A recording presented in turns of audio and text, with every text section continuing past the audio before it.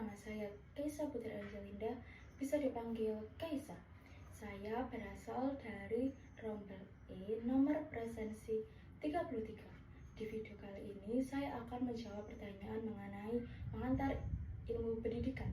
Yang pertama adalah ilmu dan konsep dasar pendidikan sebagai bidang keilmuan. Nah, pendidikan adalah suatu proses tersistematis dan terstruktur untuk mentransfer pengetahuan, nilai, dan keterampilan dari satu generasi ke generasi selanjutnya. Nah, pendidikan sebagai bidang keilmuan itu memiliki objek, kajian, metode, dan teori yang jelas. Selanjutnya, pendidikan itu mencakup teori belajar, teori perkembangan manusia, metode pengajaran, kurikulum, dan evaluasi pendidikan. Pendidikan itu tidak hanya bersifat secara praktis, tetapi juga bersifat ilmiah, karena dapat dilihat dan dikembangkan melalui pendekatan empiris dan teoritis. Yang kedua, filsafat manusia dan filsafat pendidikan. Filsafat manusia biasanya membahas tentang hakikat, tujuan, dan eksistensi manusia.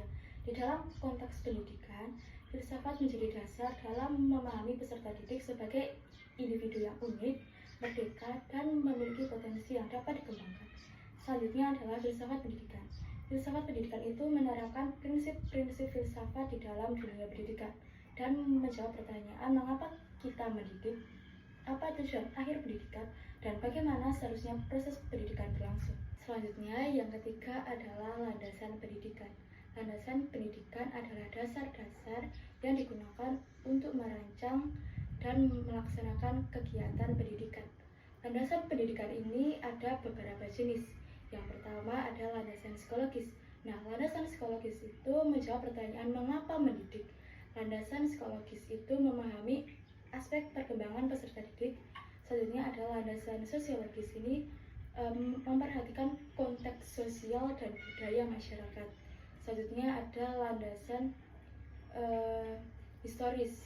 Landasan historis ini adalah belajar dari pengalaman dan sejarah pendidikan. Yang terakhir adalah landasan yuridis, itu berdasarkan hukum dan peraturan perundang-undangan. Selanjutnya, materi yang keempat adalah asas-asas nasional dan pendidikan untuk semua atau education for all. Asas-asas pendidikan nasional itu berdasarkan pada Pancasila dan Undang-Undang Dasar 1945, seperti asas keadilan, asas demokrasi, asas humanisme, dan asas kebangsaan. Selanjutnya adalah Education for All atau EFA. Itu adalah gerakan global yang memastikan setiap orang tanpa diskriminasi itu mendapatkan pendidikan yang bermutu, terutama pada pendidikan dasar. Di Indonesia, EFA itu diterjemahkan dalam kebijakan wajib belajar, sekolah inklusi, serta pendidikan non-formal bagi masyarakat terpencil. Selanjutnya, materi yang kelima adalah etika dan profesionalisme pendidikan. Etika pendidikan itu mencakup nilai-nilai moral yang dijunjung oleh pendidik, seperti kejujuran, tanggung jawab, dan integritas. Selanjutnya adalah profesionalisme guru, itu mencakup kompetensi pedagogik, kepribadian, sosial, dan profesional. Guru sebagai pendidik itu harus menjunjung tinggi kode etik profesi dan bertindak sebagai teladan bagi siswa. Selanjutnya, yang keenam adalah dimensi-dimensi kemanusiaan. Dimensi-dimensi kemanusiaan terdiri dari yang pertama ada dimensi spiritual, yaitu membentuk karakter dan nilai-nilai moral. Yang kedua ada dimensi intelektual, yaitu mengembangkan kemampuan berpikir. Dan yang ketiga ada dimensi emosional, yaitu mengelola perasaan dan emosi. Yang keempat ada dimensi sosial, itu membina relasi dengan orang lain. Dan yang terakhir adalah dimensi fisik dengan menjaga kesehatan dan kebugaran jasmani. Selanjutnya yang ketujuh, mengapa kita sering menjumpai ada masyarakat yang baik dan ada masyarakat yang jahat. Mengapa bisa demikian? Nah, ini tuh terjadi karena berbagai faktor. Yang pertama ada lingkungan keluarga, seperti pola asuh dan nilai-nilai yang ditanamkan. Yang kedua ada lingkungan sosial, seperti teman sebaya, komunitas, dan media. Yang ketiga adalah pendidikan, seperti nilai-nilai moral dan etika yang diajarkan. Yang keempat, pengalaman hidup. Ada yang trauma atau keberhasilan dalam hidup. Yang kelima adalah faktor internal seperti kepribadian, kondisi psikologis, dan motivasi.